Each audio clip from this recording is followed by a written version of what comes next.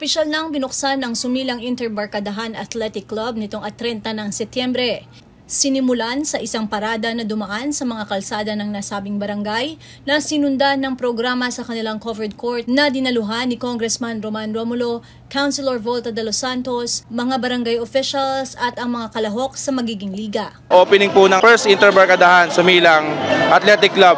Sumabay po yung bali yung SK tsaka yung barangay. Lalong naging maganda yung naging opening namin. Alam ko sa SK is merong parang 10 teams ng Mosquito, tapos 10 teams sa Novice, 14 teams dun sa 18 to 30 years old na barkadahan din na yun nga sila Ivan Estomata yung ang nangasiwa. Meron din tayong 31 to 44 na yun sila Alo Reveresa na naging parte ng interbarangay itong nakarang liga lang ng City Hall.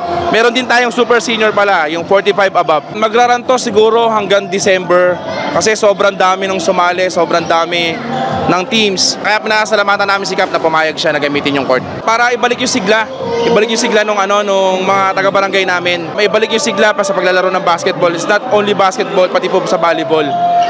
Gusto namin maging healthy ulit yung mga kabataan, especially mga kabataan, pati mga nasa super seniors po.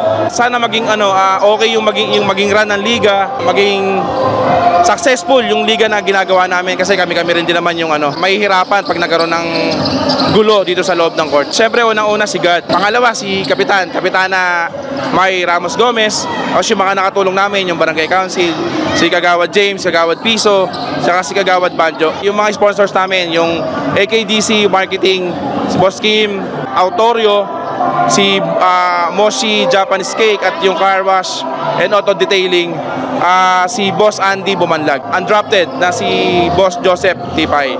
Yung Sumilang Risers na pinangungunahan ni Coach Aris Conde. Excited na mga players at tiniyak na pagbubutihin ang kanilang paglalaro para makamit ang tagumpay. Siyempre lahat ng programa ng barangay sa ng City Hall natin susuportahan natin. Saka siyempre exercise namin sa katawan namin para sa health namin. Saka makabuo kami ng camaraderie sa barangay namin.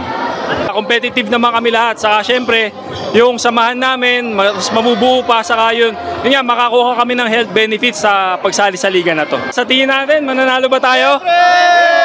Sila na sagot, pero gagawin namin sa laro, susubukan namin lahat para manalo kami. Una-una, salamat sa pag-organize ng liga na to. Thankful kami para sa aming kalusugan to.